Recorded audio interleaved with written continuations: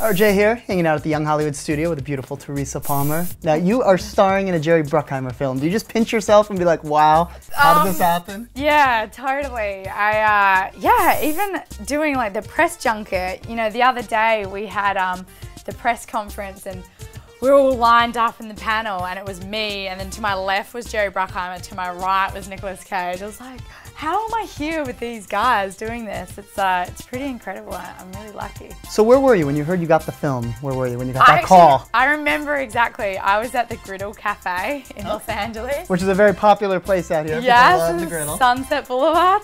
And I was with my sister and my mum and my dad. And we knew the call was coming. I wasn't 100% sure. We were sort of like 70% that maybe I got it. So it came in, I put it on loudspeaker, and I was like literally halfway through a bite of blueberry pancake.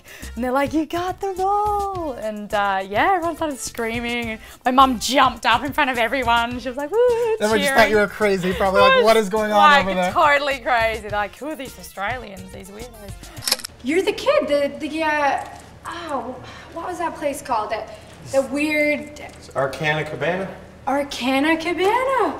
I want to hear about these little slumber parties you're doing. They sounded very good, but you play games at these parties? What's a typical party? The slumber parties, yeah. We have pajama board game nights. So... It's not what you think. You would think like you would be like hot, sexy lingerie nights. No, not pajama ball game nights. No, pajama board game nights. Like really daggy pajamas, like tracky dacks, like, which is Australian term for track pants. Yeah, you're talking another language here. Yeah, I'm like tracky dacks, wackaroo poo. Yeah, so we'll wear like our sweatpants and play things like gestures and cranium and eat apple pie, and it's fun. And how often do you do these parties? Well, we used to do them all the time, but I feel like everyone's got boyfriends now, so we never all hang out and do it anymore. Now Sorcerer's Apprentice has the whole like magic theme going on. Is that something that ever interests you? I'm definitely intrigued by the whole world of magic and sorcery and mythology, and it was cool to be able to experience that in this movie because it's not something we really get to do in our everyday life. Now, what did you think the first time you actually saw the film? When it was finished and you're like, wow, I just made this. It was weird. I had sort of a weird perspective, I guess, because, you know, I was so intently focused on my performance and my accent, and I was just like staring at myself the entire film because, you know, you're very critical as an actor, and I didn't get to experience the movie as a whole thing because I was so focused on that. I think at the premiere in New York next month, you know, I'll be able to actually sit back and enjoy it as a normal audience member. All right, last thing we want to know, so when you were making Sorcerer's Apprentice, how did you change from the beginning, the first day of shooting, till the end when they finally said, it's a wrap? What was the transformation of that process?